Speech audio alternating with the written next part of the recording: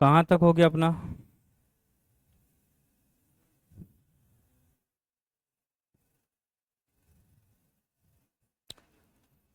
तत्व क्या होते हैं, यौगिक क्या होते हैं, और मिश्रण क्या होते हैं, ये हो गया है।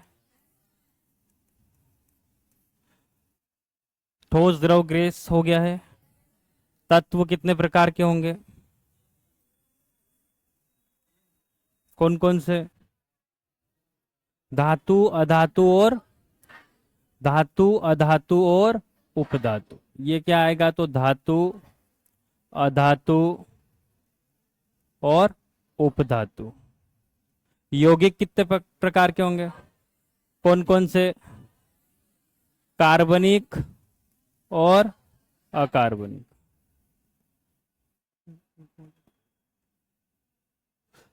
मिश्रण कितने प्रकार के, कौन कौन से?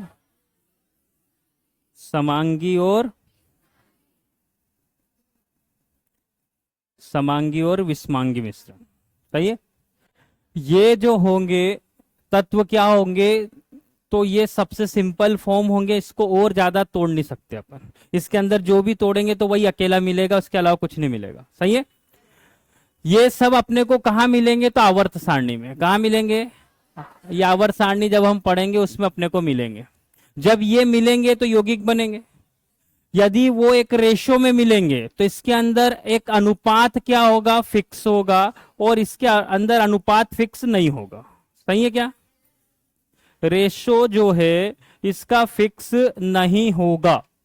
जैसे यदि आपसे सिंपल पूछ ले कि पानी, और दूसरा पूछ ले दूध, ठीक है, पानी, दूध और ऑक्सीजन, ये तीन चीजें आपके सामने आई है, और आपसे पूछ ले कि इसमें से, और मैं एक लिख देता हूं, एक और लिख देता हूं, वो मैं लिख देता हूं कार्बन डाइऑक्साइड। हमसे सिर्फ इतना सा क्वेश्चन पूछे कि इसमें कौन से तत्व है और कौन जो है वो इसके अंदर क्या है, यौगिक है, और कौन मिश्रण है, इतना सा अपने को बताना है। सही है।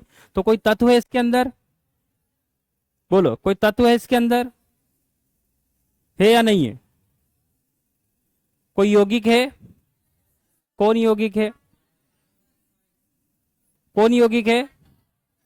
ये H2O और ये CO2, ये क्या चीज है, ये क्या चीज है, यौगिक है, कंपाउंड है। सही है।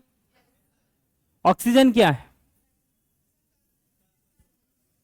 ऑक्सीजन क्या है? देखो, इसके अंदर भी दो चीजें हैं, लेकिन ये मिलकर किससे बना है, तो इन दो से, तो समान परमाणुओं से मिलकर बना है, इसलिए ये क्या चीज है, तो ये तत्व है। क्या है, तत्व। यदि इसकी जगह ये भी होता तो भी क्या होता है, तो तत्व होता। तो ये क्या है, तत्व है। ऑक्सीजन क्या है, तत्व है। क्या है, तत्व है। दूध क्या है, अब इसके अंदर क्या है, इसके अंदर क्या है? तो देखो, जो जो हमने पढ़ा उसके साथ, इसके अंदर प्रोटीन है, केसिन प्रोटीन, बोलो। इसके अंदर लैक्टोस शुगर है, इसके अंदर ग्लूकोज है, इसके अंदर मिनरल्स भी है, कैल्शियम इसके अंदर। तो सब चीजों का क्या है, मिश्रण है। सब चीजों का क्या है, मिश्रण है। इसलिए इसको क्या बोलेंगे, तो मिक्सचर बोलते हैं। क्या बोलते हैं, मिक्सचर। ये अपने को सिंपल वाले में यही पूछेगा, 4 एग्जाम्पल देगा और अपने से पूछेगा कि इसमें से पहचानो कि तत्व, यौगिक और मिश्रण कौन है। क्लियर है। तो ये शुरुआती जितना आपका हुआ है, क्योंकि अभी एटॉमिक स्ट्रक्चर जो अगला चैप्टर चालू होगा उसके पहले अभी कुछ चीजें बची है, उसको करके पहले हम इतने को समेट ले।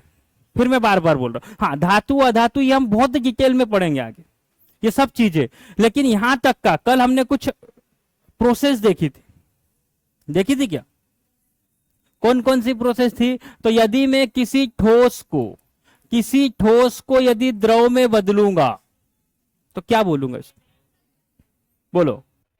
ठोस को द्रव में बदलेंगे, क्या बोलेंगे, क्या बोलेंगे इसको, मेल्टिंग। यदि द्रव को ठोस में करेंगे तब, द्रव को ठोस में करेंगे तब क्या बोलेंगे, जमना। क्या बोलेंगे, जमना। इसको क्या बोलेंगे? फ्रीजिंग। सही है। यदि द्रव को गैस में बदलेंगे, इसको क्या बोलेंगे? द्रव को गैस में क्या बोलूं इसको? इंग्लिश में क्या बोलेंगे? या तो इवापोरेशन या फिर वेपोराइजेशन, है ना। इवापोरेशन भी बोल सकते हैं, या फिर क्या बोलेंगे? वेपोराइजेशन। क्या बोलेंगे? वेपोराइजेशन। गैस को द्रव में, गैस किस में जाएगा? द्रव में। क्या बोलूं इसको? इधर क्या बोलूं? क्या बोलूंगा? 4 प्रोसेस ये अपन ने देखी थी। एक ऐसी प्रोसेस थी जो एक स्टेप छोड़कर चलती थी, जैसे ठोस को सीधा अपन ने कर दिया किसमें? गैस में। क्या बोले इसको? ऊर्ध्वपातन। क्या बोले? ऊर्ध्वपातन। सही है। क्या बोलूं इसको यहां पे? ऊर्ध्वपातन को क्या बोलते हैं? क्या बोलते हैं? सब्लिमेशन। क्या बोलते हैं? सब्लिमेशन। और इसका उल्टा होगा तो निक्षेपण। गैस को किस में बदलेंगे? ठोस में। तो क्या बोलेंगे इसको? इंग्लिश में क्या बोलेंगे? निक्षेपण। इसको इंग्लिश में क्या बोलेंगे? डिपोजिशन। क्या बोलेंगे? डिपोजिशन। शादियों के अंदर धुआं करते हैं, क्या रहता है वो? धुआं करते हैं ना, तो टुकड़े रखते कुछ, है ना। वो डायरेक्ट द्रव में बदलता है, गैस में बदलता है? डायरेक्ट किस में आएगा? ऊर्ध्वपातन। ठोस से सीधा गैस में। क्या रहता है वो?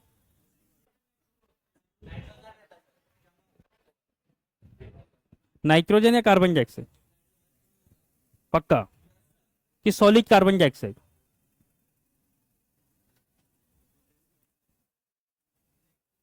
डायरेक्ट किस में बदलेगा? ठोस से गैस में। डायरेक्ट किस में बदलेगा? ठोस से गैस। इस पे भी अपने को बार बार चीजें, नॉर्मल चीजें पूछे जाएगी। सही है। वहां पे आगे जब हम पढ़ेंगे ना, तो डायरेक्ट ये शब्द आ जाएगा अपने सामने। अब वो वहां पे इतना डिस्कशन का टाइम नहीं मिलेगा कि ये होता क्या है। सही है। कोई भी एग्जाम्पल देगा तो वो बोल देगा इसके अंदर संघनन होता है, तो फिर अपने को ये पता होना कि संघनन का मीनिंग्स क्या है। फिर अपन ने इसके बाद कुछ टेम्परेचर कन्वर्जन भी देखा था, देखा था। उसके अंदर अपने को कुछ चीजें पता होना। पहली चीज अपने को पता होना हिमांक। क्या पता होना है? हिमांक। हिमांक मतलब, हिमांक मतलब क्या आएगा? Freezing point. क्या मतलब? Freezing point. दूसरा था क्वथनांक। क्वथनांक, इसको क्या बोलेंगे? Boiling point. ये दोनों किसके हैं? तो पानी के। पहले तो ये ध्यान रखना ना, किसके हैं? पानी के। फ्रीजिंग पॉइंट और बॉइलिंग पॉइंट। यदि हम पानी की बात करें तो पानी का फ्रीजिंग पॉइंट कितना होता है? कितना होता है? और बॉइलिंग पॉइंट 100 डिग्री सेल्सियस। सही है। लेकिन समस्या यह है कि ऐसा यूनिट डिग्री सेल्सियस नहीं है। अब आपको कन्वर्जन की जरूरत पड़ेगी। किसकी जरूरत पड़ेगी? कन्वर्जन की।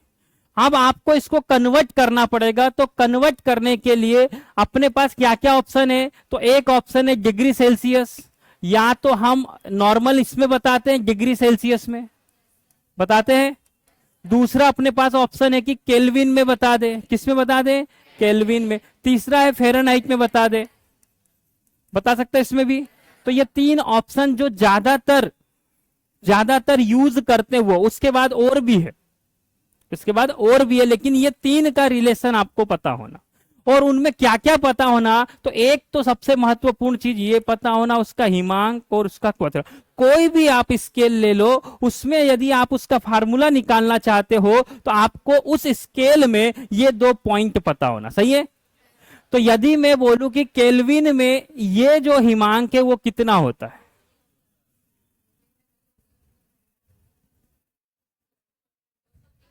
273 केल्विन। फ़ारेनहाइट में कितना होगा? 32 फ़ारेनहाइट होगा। सही है। ये क्या यहां पे लिखूं?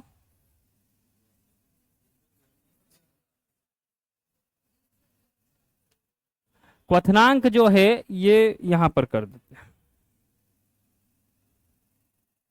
क्वथनांक इसका कितना होगा? 373 केल्विन, और इसका कितना होगा? 212 डिग्री फ़ारेनहाइट। 212 degree Fahrenheit. सही है। और इनको कन्वर्ट करने के लिए, एक दूसरे में कन्वर्जन के लिए फार्मूले भी थे। वो फार्मूला कैसे निकालेंगे, उसके लिए अपने को क्या करना है, तो वो निकालने के पहले अपने को ये पता होना कि जिस भी स्केल का निकाल रहे हैं, यदि उसकी आपको रीडिंग पता है। क्या पता है? उसमें से यदि आप फ्रीजिंग पॉइंट, अब मैं इंग्लिश में लिख रहा हूं, क्या घटा दो? फ्रीजिंग पॉइंट बटे, यदि आप इसका बॉइलिंग पॉइंट में से, किसमें? बॉइलिंग पॉइंट में से क्या घटा दो?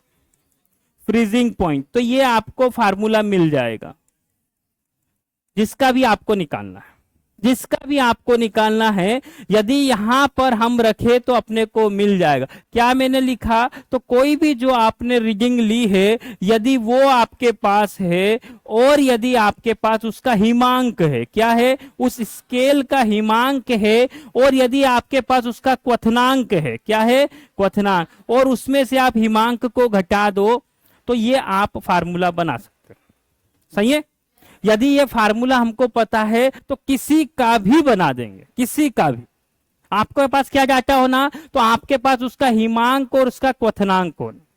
ये दो से फार्मूला बनेगा। कैसे बनेगा? उसके लिए अपन ने क्या देखा था? उसके लिए अपन ने, मैं फिर से एक बार फार्मूला लिख रहा हूं। ये क्या होगा? तो रीडिंग होगा, जो भी आप स्केल पे मेजर करते वो रीडिंग, उसमें से आपको क्या घटाना है? तो हिमांक उसका जो भी होगा वो घटाना है, और उसके क्वथनांक में से क्या करना है? किसको घटाना है? हिमांक। ये फार्मूले में मान रखना है अपने को। ठीक है। यदि हम सबसे पहले बात करते हैं किसकी? डिग्री सेल्सियस की। किसकी बात करते हैं? Degree Celsius. डिग्री सेल्सियस की रीडिंग मैंने सी ली। कितनी ली? सी। इसका जो हिमांक होता है वो कितना होता है? तो 0 डिग्री सेल्सियस होता है। यदि हम इसके क्वथनांक की बात करें तो 100 होता है, और इसका हिमांक 0 होता है। ऐसे रख सकते हैं। यदि हम यहां जाते और हम बात करते, ये हमने बात करी सेल्सियस की। किसकी बात करी? सेल्सियस की। हमने फिर बात कर रहे हैं केल्विन की। किसकी बात करेंगे?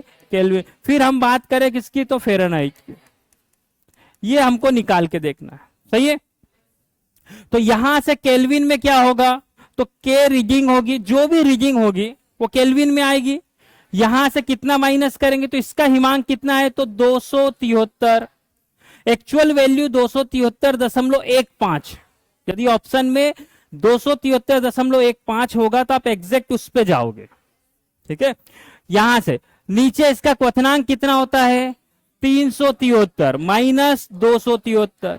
इसकी बात करें तो इसका जो रीडिंग होगी वो एफ होगी, माइनस इसका हिमांक है 32 डिग्री फ़ारेनहाइट। इसका क्वथनांक कितना है? 212 माइनस 32। सही है। यहां से क्या आया? तो C बटे 100 आया, बराबर K माइनस 273 बटे 100 आया। और यहां पर कितना है? तो F माइनस 32 बटे 180। सही है क्या? और यदि हम सबको 20 से डिवाइड कर दे, किससे? 20 से, तो ये कितना बचेगा? तो 5 बचेगा। ये कितना बचेगा? तो ये भी 5 बचेगा। और ये कितना बचेगा? तो ये 9। ये फार्मूला लास्ट में हमने लिखा था। ये आपको पता होना चाहिए, ताकि आप कोई से भी टेम्परेचर को यदि आपको दिया हुआ हो तो आप दूसरे में कन्वर्ट कर सकते, यदि ये आपको पता है। सही है। फिर हमसे क्या पूछेगा? तो हमसे पूछेगा, दो रीडिंग हमारे पास है, हिमांक और क्वथनांक। इतना तो पता ही होना। सही है। अब क्या पूछेगा वो देखते हैं। तो अब हमसे पूछेगा कि बॉडी टेम्परेचर कितना होता है। क्या पूछेगा? तो सबसे पहले हमको किसी एक में पता होना चाहिए कि बॉडी टेम्परेचर जो होता है वो कितना होता है ना। तो हमको ये पता है कि 37 डिग्री सेल्सियस होता है।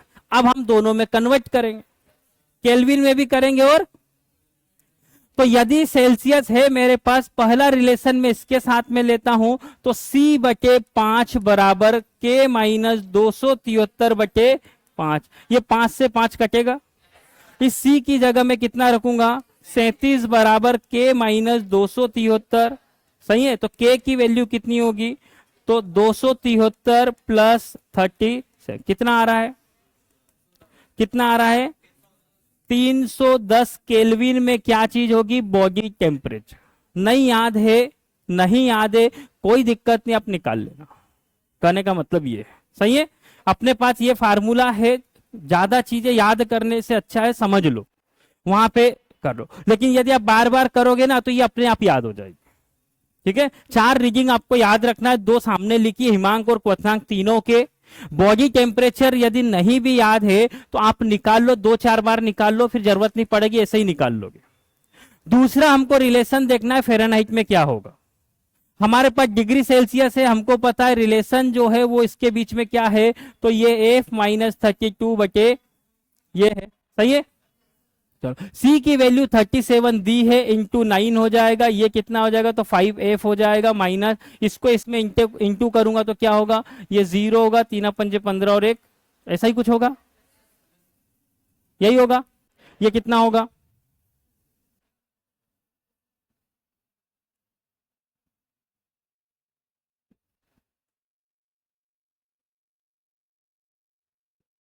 चौबीस,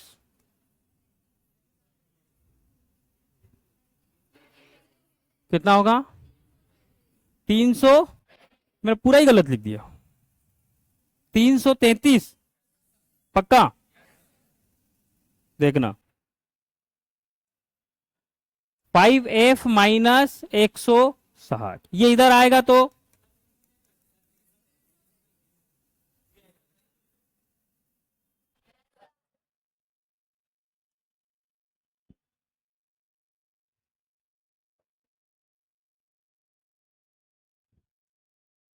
चलो, ये इधर आएगा तो प्लस करो इसको,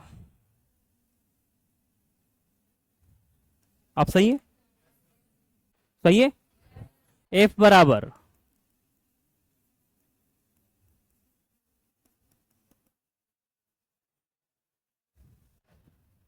कितना आएगा 9 5 45, सही है। कितना बचा, कितना बचा 6 98.6, ये तो याद होना चाहिए, ये बार बार पूछा जाता है जब भी अपन थर्मामीटर में भी चेक करते हैं, तो वो मैक्सिमम टाइम 98.6 याद होना चाहिए, सही है। तो ये वाला टेम्परेचर अपने को अच्छे से याद होना, एक बॉडी टेम्परेचर है ना, ये तीनों में, एक में कितना आएगा 37, एक में 310, एक में 98 यदि याद है तो ये डायरेक्ट क्वेश्चन अपने हो जाएंगे, सही है। एक और टेम्परेचर पूछेगा, वो कौन सा पूछेगा, तो वो हमसे पूछेगा एब्सोल्यूट जीरो, परम शून्य ताप। क्या पूछेगा, परम शून्य ताप। परम शून्य ताप यदि डेफिनेशन पूछे तो क्या बोल सकते हैं, क्या बोल सकते, किसकी गतिज ऊर्जा, पदार्थ के अणुओं की, किसकी, पदार्थ के, है ना, नहीं तो पता चला अपनी गतिज ऊर्जा शून्य हो जाए, पदार्थ के एब्सोल्यूट जीरो। कितना होगा ये,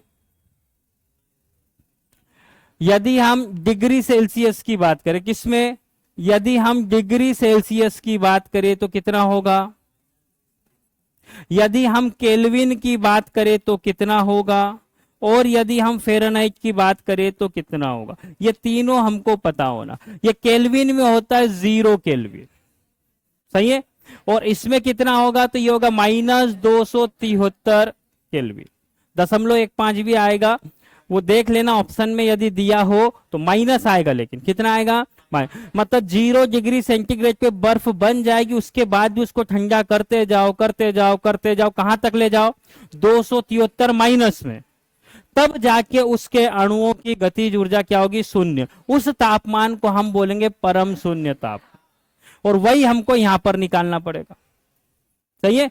तो फिर क्या करना पड़ेगा, इसका रिलेशन निकालना पड़ेगा, इसके साथ रिलेशन अपने को दिया हुआ है, दिया कि नहीं दिया? दिया हुआ है, वहां से रिलेशन निकाल सकते हैं। चाहे तो आप केल्विन के साथ निकाल लो, तो ये था कितना, 273 था बटे 5। यहां पर F माइनस 32 माइनस, के की वैल्यू कितनी है? 0। के की वैल्यू कितनी है? 0। तो ये इधर आएगा, कितना हुआ? माइनस में। कितना हुआ? माइनस में कितना होगा?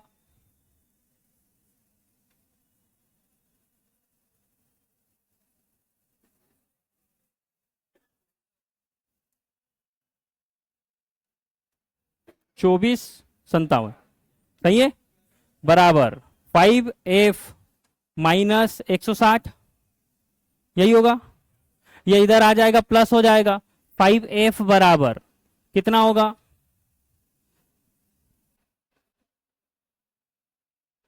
गलत कर दिया मैंने।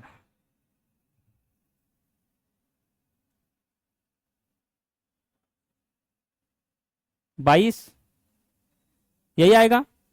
F बराबर कितना आएगा? 400 कुछ -4, फिर कितना आएगा? 5, सही है, फिर 45 पॉइंट 4। ये याद रखना अपने को। क्या क्या याद रखना है?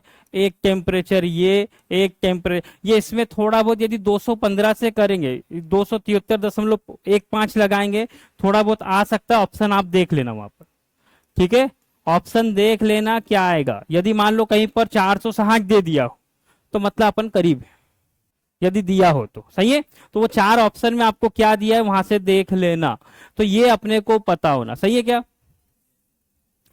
यहां तक का आपका एक टेस्ट होगा। हाँ, उसके पहले थोड़ा सा बचा हुआ, उसको भी हम देख ले। अब क्या बचा हुआ है? तो मिश्रण क्या होता है, पहले तो ये बताओ मेरे को। एक चीज बताओ, यौगिक और मिश्रण में अंतर क्या है? दोनों तो मिक्स हो रहे हैं, एक में रेशो होता है, लेकिन उसमें एक महत्वपूर्ण अंतर यह है कि आप यौगिक को फिजिकली अलग नहीं कर सकते। क्या बोला मैंने? जैसे आपके पास एक यौगिक है NaCl, क्या है ये? क्या चीज है? तो नमक है। आप इसमें से सोडियम और क्लोरीन को फिजिकली अलग नहीं कर सकते, पहली चीज। यदि आपके पास पानी है, हाँ, क्या है? पानी, आप इसमें से हाइड्रोजन और ऑक्सीजन को फिजिकली अलग नहीं कर सकते यौगिक में, सही है। मिश्रण अभी भी है, लेकिन आप फिजिकली इसको अलग नहीं कर सकते, आपको केमिकल रिएक्शन करना ही पड़ेगा, सही है। लेकिन जब मिश्रण की बात करते हैं तो इसको हम फिजिकली अलग कर सकते हैं। अब उसको कैसे अलग करेंगे, उसके लिए कुछ विधियां हैं। उसको हम कैसे अलग करेंगे, उसकी कुछ विधियां। जैसे जैसे मान लो आपने क्या करा, एक पानी में रेत घोल दी। क्या करा? पानी में रेत घोल दी। अब आपको क्या करना है? पानी से रेत को अलग करना है। क्या करोगे? तो छान लेंगे। तो पहली मेथड आ गई सबसे सिंपल, फिल्ट्रेशन। क्या आ गई? फिल्ट्रेशन। पहली मेथड क्या आ गई? फिल्ट्रेशन। छान लो। पानी में मिट्टी को घोल दिया, अब क्या करोगे? अब थोड़ी देर रुक जाओ, तो क्या होगा? वो नीचे जमेगी, सही है। क्या हो जाएगा? नीचे जमेगी। पानी में नमक घोल दिया, अब क्या करेंगे?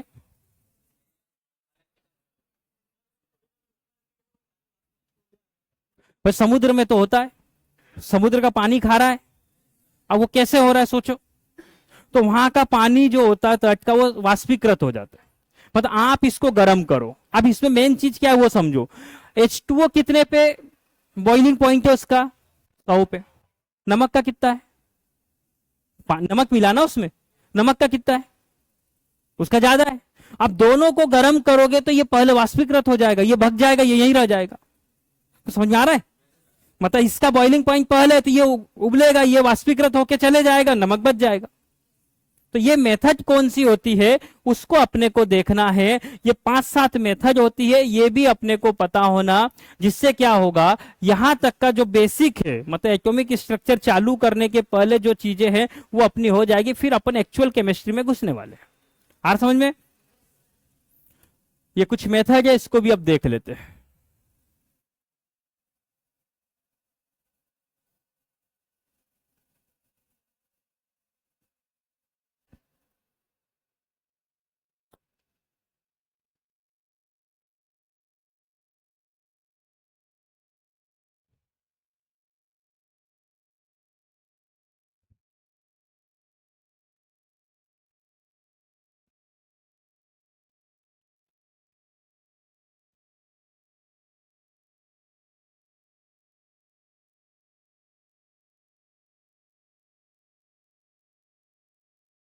चलो पहली विधि क्या है, आसवन।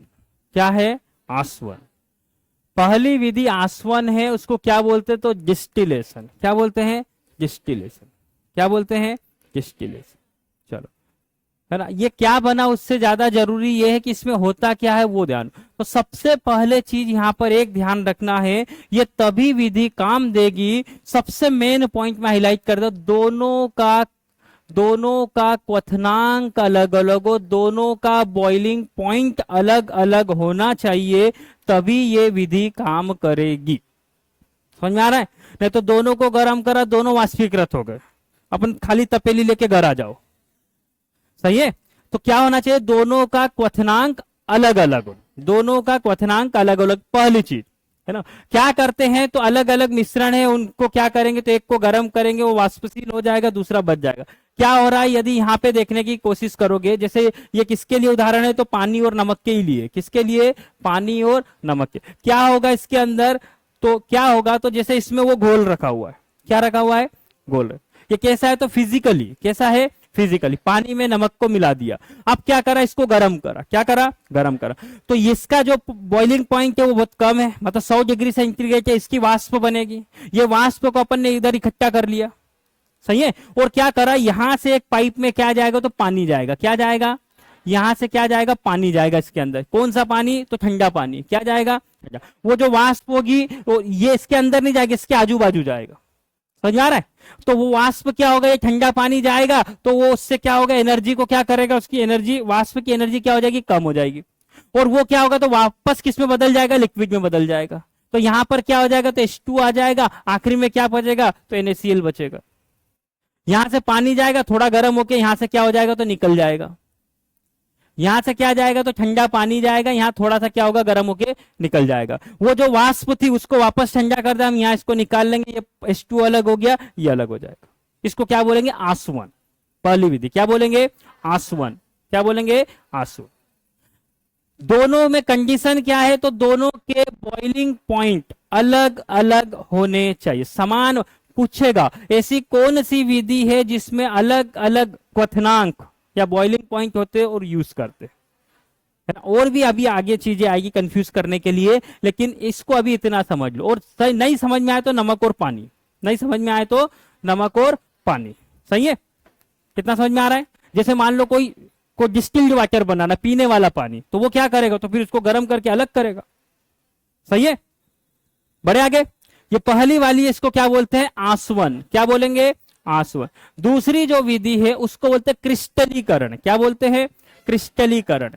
इसमें क्या होगा, इसमें भी अपने को एक पॉइंट नोट करना है इसके अंदर। क्रिस्टल किसको बोलते हैं, क्रिस्टल किसको बोलेंगे, तो थोड़ा सा ठोस हो जाते उसके। कैसे हो जाएंगे, ठोस, है ना। इसके अंदर क्या होगा, तो ये भी एक विधि है, इसमें भी गर्म करेंगे, लेकिन इसमें जो अलग निकलेगा वो एक रवेदार रूप में निकलेगा। कैसे निकलेगा, रवेदार रूप में निकलेगा, जैसे इस टाइप का है। अब क्या होगा इसके अंदर, और उसके अंदर क्या होगा, जैसे पहले इसको गर्म करो। क्या करो, पहले इसको, ये दोनों का मिश्रण, इसको क्या करो, पहले गर्म कर लो, और फिर उसको ठंडा होने के लिए छोड़ दो। क्या कर दो, ठंडा होने के। तो इसके क्या होंगे, नीचे क्या होगा, जैसे वो वाष्पीकृत होकर चले जाएगा, नीचे क्या होगा, तो इसके क्रिस्टल बच जाएंगे। क्या बच जाएंगे, क्रिस्टल। और वो जो हमको मिलेगा अशुद्ध पदार्थ, अशुद्ध ही बोलते क्योंकि निकाल रहे, केमिस्ट्री में जो भी उसको हटा रहे उसको अशुद्ध बोलते, भले ही काम का। समझ में आ रहा है? तो वो जो मिलेगा इस बार किस रूप में मिलेगा, तो रवेदार रूप में। इस रवेदार को ही क्रिस्टल बोलते हैं। क्या बोलते हैं इसको, इसी रवेदार को क्या बोलते हैं, तो क्रिस्टल बोलते हैं। तो क्रिस्टलीकरण में क्या होगा, तो एक विलयन से दूसरा विलयन अलग होगा, लेकिन वो किस रूप में होगा, तो क्रिस्टल के रूप में होगा। कैसे होगा, इसमें भी हम गर्म करेंगे, इसमें भी हम क्या करेंगे, उसको गर्म करेंगे। जैसे गर्म करते टाइम उसमें कुछ डाल दिया, मान लो धागा वागा कुछ डाल दिया कोई चीज, और जब 2-4 घंटे बाद वो ठंडा हो जाएगा और धागे को खींचेगा ना, तो उस पर सब क्रिस्टल जमा हो जाएंगे। समझा, उसके साइड में जब उसको खींचोगे तो वो भी साथ में आ जाएंगे। तो उसको क्या बोलेंगे, क्रिस्टलीकरण। क्या बोलेंगे, इसमें भी गर्म करेंगे, इसमें भी गर्म करेंगे, वापस जब ठंडा होगा उसके बाद देखेंगे तो उस अशुद्ध पदार्थ के क्या बन जाएंगे, तो क्रिस्टल बन जाएंगे। क्या बन जाएंगे, क्रिस्टल बन जाएंगे। तो क्रिस्टलीकरण इसको क्या बोलते हैं, क्रिस्टलाइजेशन। क्या बोलते हैं, रवेदार रूप में पदार्थ जो होगा वो अलग होगा। किस रूप में? रवेदार। यदि वहां पे अपने को ऐसा दिखे कि ऐसी कौन सी विधि है जिसमें गर्म करते, गर्म पहले भी करा लेकिन इसमें अशुद्ध पदार्थ किस रूप में निकल रहा है, तो रवेदार रूप में, यह विधि कौन सी होगी? क्रिस्टलीकरण। कौन सी होगी? क्रिस्टलीकरण। तीसरी को बोलते हैं वर्ण लेखन। क्या बोलते हैं? वर्ण लेखन। इसको बोलते हैं क्रोमेटोग्राफी। क्या बोलते हैं? क्रोमेटोग्राफ। ये केशिकत्व अपन ने पढ़ा हुआ है। क्या था केशिकत्व? बोल, केशिकत्व क्या था? उसमें ससंजक बल और असंजक बल का महत्वपूर्ण योगदान था। सही है क्या? था कि नहीं था? तो यहां पर भी क्या होगा, मान लो क्या हुआ कि कोई आपके पास, मान लो पानी, एक एग्जांपल है, क्या है आपके पास? पानी। और उसमें आपने क्या करा, कुछ स्याही डाल दी या डाई डाल दी, स्याही या फिर डाई, वो 2 बूंद इसके डाल दी, 2 बूंद इसके डाल दी, अब ये मिक्स हो गई। आपको उसको अलग करना उसमें से। सही है? अब उसको अलग कैसे करें?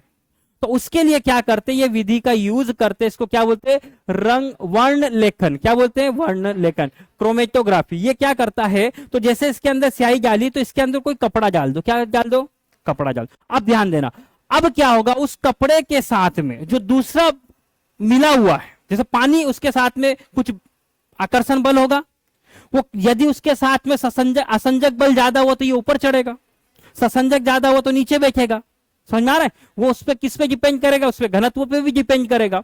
तो क्या होगा, हर कलर का अपना डेंसिटी के अनुसार क्या होगा, वो उस कपड़े के अंदर चढ़ेगी। क्या करेगी? जैसे पानी ऊपर चढ़ता है कपड़े पे, वैसे ही ये रंग जो है, ये रंग अपने घनत्व के कारण क्या होगा, इस पे चढ़ेंगे, है ना? तो कोई सा कलर जो होगा वो उसमें ज्यादा दूर तक चढ़ेगा, कोई सा कम पड़ेगा, और ये इस कपड़े में से कहां आ जाएंगे, पानी में से कहां जाएंगे, तो ये कपड़े के अंदर आ जाएंगे, पेपर डालेंगे उसके ऊपर, ये क्या कर लेगा, उसको सोख लेगा और सारी अशुद्धियां जो है उसमें से निकल के आ जाएगी। किसके कारण? तो इसके पीछे रीजन मिलेगा केशिकत्व। रीजन क्या मिलेगा? केशिकत्व, है ना? केशिकत्व के कारण ही क्या होता है, वो तरल उस कोई भी चीज आएगी उसके अंदर ऊपर उठेगा। किसके कारण? केशिकत्व के कारण। तो प्राकृतिक रंगों को मिश्रण से अलग करने के लिए या द्रव से अलग करने के लिए कौन सी विधि का यूज करेंगे, वो आपको याद रखना है। प्राकृतिक रंगों या डाई को यदि मिश्रण में से अलग करना है तो कौन सी मेथड यूज करेंगे? वर्ण लेखन या फिर क्रोमेटोग्राफी, या फिर क्या बोलेंगे? क्रोमेटोग्राफी। इतना समझ में आ रहा है? इतना ध्यान रखना।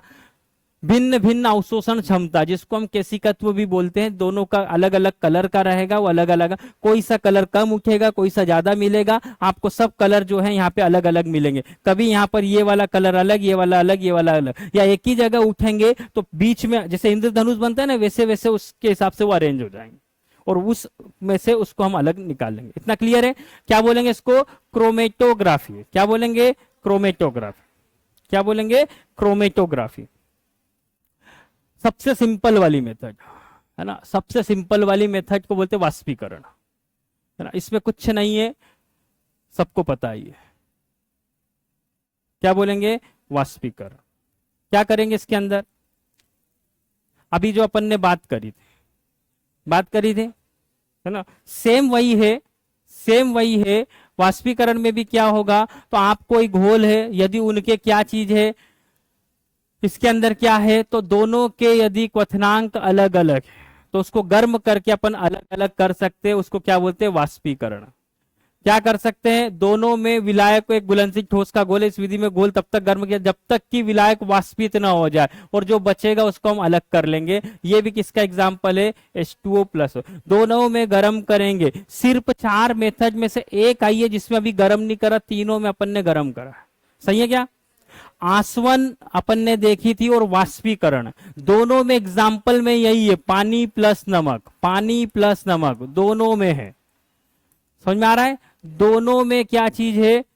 पानी प्लस। दोनों विधि से हम इसको निकाल सकते हैं। इसको क्या बोलेंगे? तो इवापोरेशन भी बोल सकते हैं, एक और नाम बोल सकते, वेपोराइजेशन। क्या बोल सकते हैं? वेपोराइजेशन।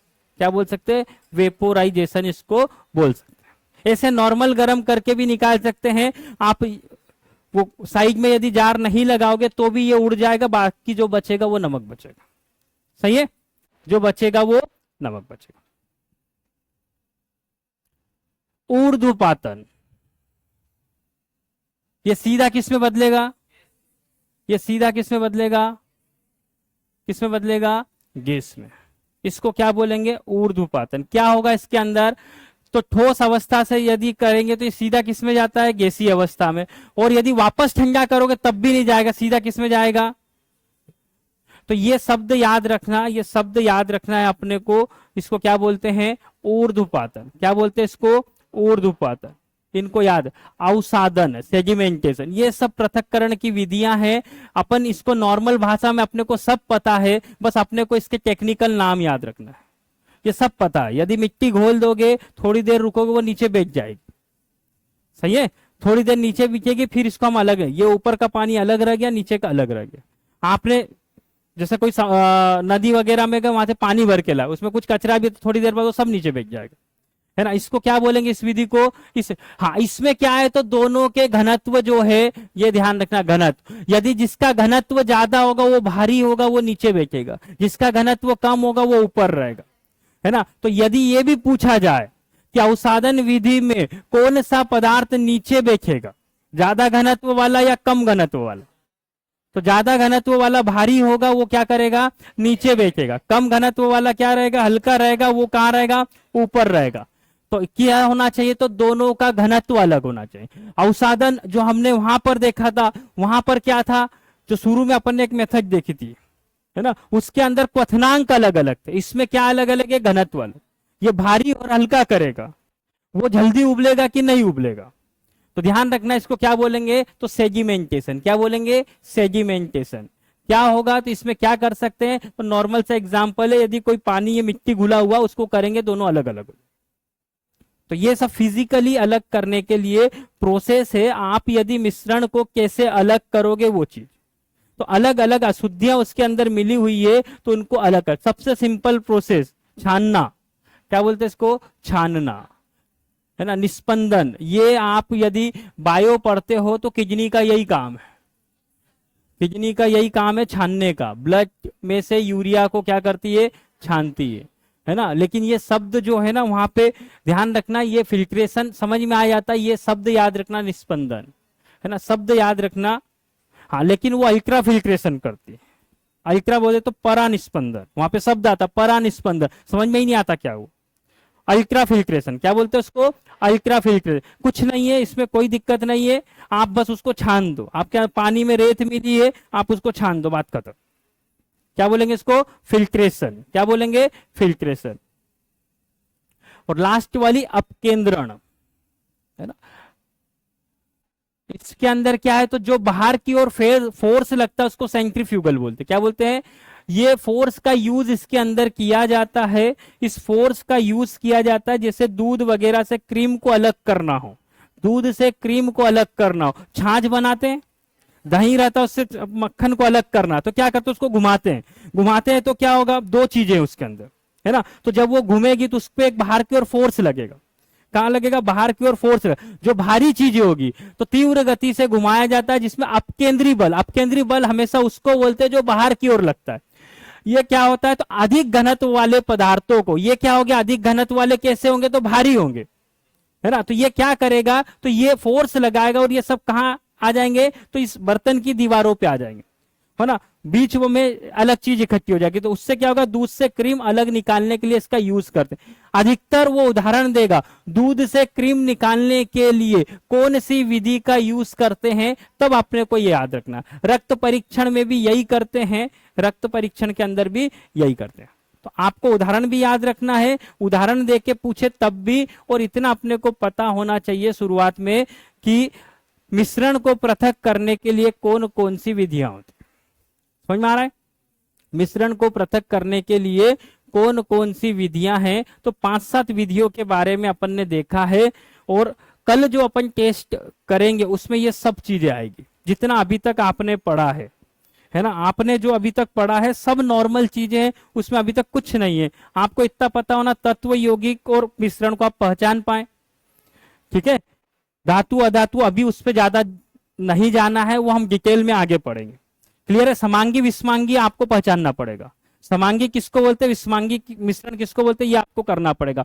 टेम्परेचर चेंज करना आपको पता होना चाहिए, है ना? तीनों के बॉइलिंग पॉइंट, तीनों स्केल के अंदर बॉइलिंग पॉइंट क्या होगा, फ्रीजिंग पॉइंट क्या होगा, बॉडी टेम्परेचर क्या होगा और एब्सोल्यूट जीरो टेम्परेचर क्या होगा, और उसको कन्वर्ट कैसे करते वो आपको पता होना। सही है क्या? इतनी चीजें आपको पता होना चाहिए। क्लियर है इतना? उसके पास शुरू में द्रव क्या होता है और द्रव्य क्या होता है, फिर ठोस द्रव गैस, तीनों में अंतर पता होता, ठोस द्रव और गैस, और द्रव और द्रव्य में भी अंतर पता होना। कितना समझ में आ रहा है? तो ये चीजें जो है, ये चीजें हमको पता होना, इतना आप पढ़ के आना। एक नॉर्मल सा टेस्ट रहेगा, ज्यादा उसमें कुछ नहीं है। लेकिन पहले जो ये पहला चैप्टर, जिसको सिर्फ इतना बोलते हैं कि ये केमिस्ट्री का इंट्रोडक्शन है, सिर्फ इंट्रोडक्शन है, इसमें अभी कुछ नहीं है ना। अब चालू होगा एक्चुअल केमिस्ट्री, यहां से चालू होगी एटॉमिक स्ट्रक्चर से, यहां से एक्चुअल चीजें चालू होगी कि हम पदार्थ किसको बोलेंगे, अणु किसको बोलेंगे, परमाणु किसको बोलेंगे, किसने इसकी खोज करी, प्रोटॉन कहां पर होता है, इलेक्ट्रॉन कहां पर होते हैं, न्यूट्रॉन कहां पर होते हैं, यदि वो इलेक्ट्रॉन का त्याग करते हैं तो उसको धातु बोलेंगे कि अधातु बोलेंगे, यदि वो ग्रहण करते हैं तो क्या बोलेंगे, आवर्त सारणी में कैसे अरेंज करा हुआ है। अब जो आवर्त सारणी दे रहे हो वो तो सबसे अपडेट देख रहे हैं, लेकिन शुरुआत कैसे हुई थी, शुरुआत में किसने बोला था कि पदार्थ के अंदर वो चीज है, समझ में आ रहा है? तो वो सब चीजें कैसे कैसे इसकी प्रोग्रेस आगे बढ़ते गई, पहले किसने बोला, बस एकदम डायरेक्ट थोड़ी इलेक्ट्रॉन की खोज हो गई थी, है ना। तो कैसे कैसे वो प्रोसेस थी, कौन कौन वैज्ञानिक थे, जे थॉमसन पढ़ेंगे, हम गोल्टन पढ़ेंगे, समझ में आ रहा है? तो वो वैज्ञानिक, कौन से वैज्ञानिक ने क्या करा वो भी देखेंगे। इतना क्लियर है? तो परमाणु संरचना के पहले वाले 2-3 पेज आपके नोट्स के हिसाब से, और 3 प्रकार, 3 स्लाइड मैंने अभी तक बताई आपको। कितनी? 3 स्लाइड, 3 स्लाइड आपको दी हो, तीनों आपके पास है, उनको आप अच्छे से देख लेना, पढ़ के आना, समझ के आना, ज्यादा समझ के आना। कल अपन इसके ऑब्जेक्टिव करेंगे। इतना क्लियर है? चलो बाकी क्लास अपन कल करेंगे।